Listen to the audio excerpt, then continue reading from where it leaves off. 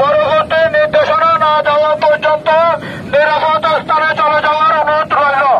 আদেশ কর্মে জেলা প্রশাসক কক্সবাজার। বিয়েতে থাকা সকল পর্যটকের দৃষ্টি আকর্ষণ করতেছে, যারা অযথা বিয়েতে ঘোরাফেরা করতেছে আপনাদেরকে নিরাপদ স্থানে চলে যাওয়ার অনুরোধ রইল।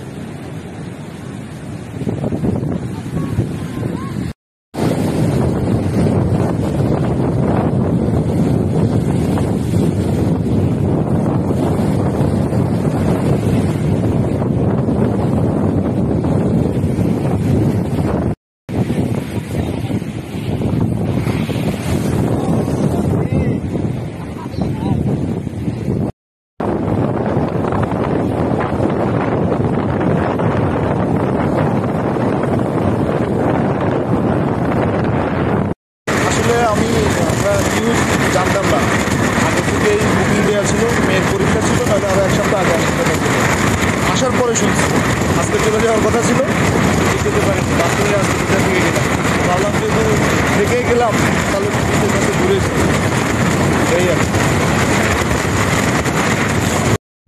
নিউজটা জানতাম না। আমার এর আগে এক সপ্তাহ আগে আসার কথা ছিল, আমার মেয়ের পরীক্ষার কারণে এক সপ্তাহ পিছিয়ে আসি, কিন্তু এখানে আসার পরে নিউজটা পাই। আর আজকে আমার চেক আউট ছিল, হোটেলে চলে যাওয়ার কথা ছিল, বাট সকাল থেকে যে পরিমাণ দুর্যোগপূর্ণ আবহাওয়া, আমি সাহস পাই নাই বের হওয়ার। আর হোটেল থেকে ওরা পরামর্শ দিল, এই জন্য থেকে গেলাম। তো ভাবলাম যেহেতু আসি একটু নিজ চোখে আবার দেখে যায়, এই জন্যই পিছিয়ে আসা। আর আপনারাও দেখতেছেন আসলে পরিস্থিতি খুব একটা ভালো বলা যাবে না, একটু দুর্যোগপূর্ণ আবহাওয়াই। আশা করতেছি খুব তাড়াতাড়ি এটা ঠিক হবে ইনশাল্লাহ, আমরাও সবাই স্বাভাবিক জীবনে ফেরত যাব। আমি, আমার ওয়াইফ, আমার মেয়ে এবং ছেলে মেয়ে দুজন এখন রুমে, আমি আর আমার ওয়াইফ আসছি। আমরা ঢাকা থেকে আসছি। ধন্যবাদ।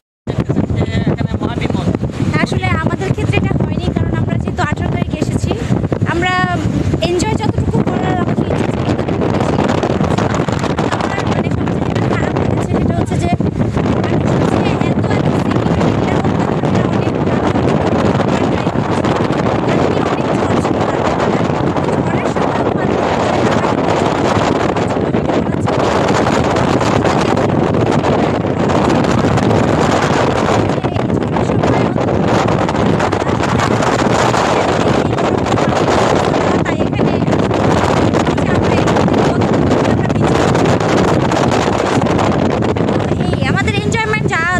আমরা করেছি, কিন্তু আমার মনে হচ্ছে যে মানুষের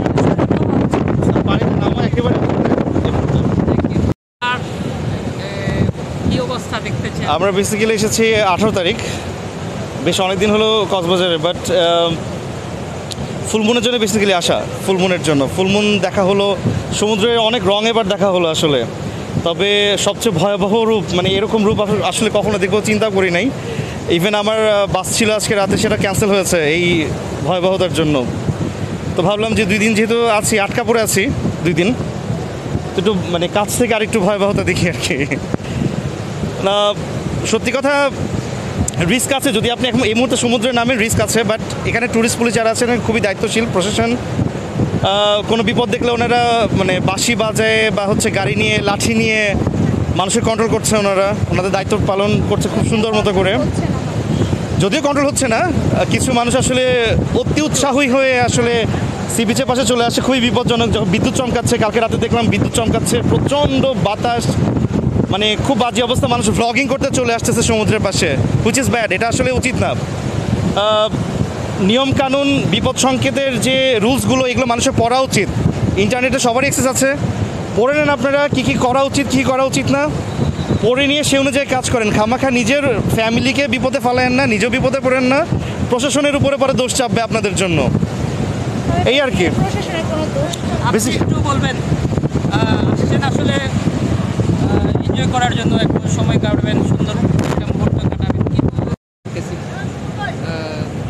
নিরুৎসাহিত করছেন বাইরে নামতে, এখানে বিচে নামতে, এখন আসলে তাদের বারবার থামানো যাচ্ছে, একটু বলবেন।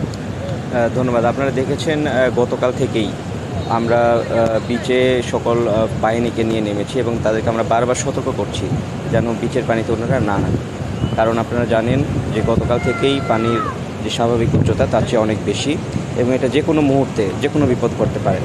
এই জন্য আমরা বারবার মাইকিং থেকে শুরু করে বিচে টহল দেওয়া থেকে শুরু করে সার্বক্ষণিক আমরা তাদেরকে অনুরোধ করছি যাতে যেন আপনারা সমুদ্রের পানিতে না নামেন।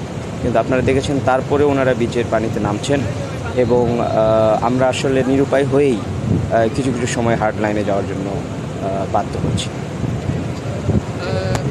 আপনাদের টিম আর কোথায় কোথায় আছে? আপনারা জানেন এখানে শুধু বিচই না, আপনারা জানেন ইতিমধ্যে যে জেলা প্রশাসক স্যারের নেতৃত্বে এই ঘূর্ণিঝড় আসার পূর্বেই আমাদের একটা পূর্ব প্রস্তুতিমূলক সভা হয়েছে। সেখানে পর্যাপ্ত সংখ্যক আশ্রয় কেন্দ্র, পর্যাপ্ত সংখ্যক স্বেচ্ছাসেবক এবং সার্বিক প্রস্তুতি আমাদের ছিল। এবং বিচেও আমাদের ক্ষেত্রে যেটা হয়েছে, বিচে আমাদের এখানে আমাদের বিচকর্মী যারা আছে এরা সার্বক্ষণিক বিচে অবস্থান করছেন, সকলের ছুটি ক্যান্সেল করা হয়েছে।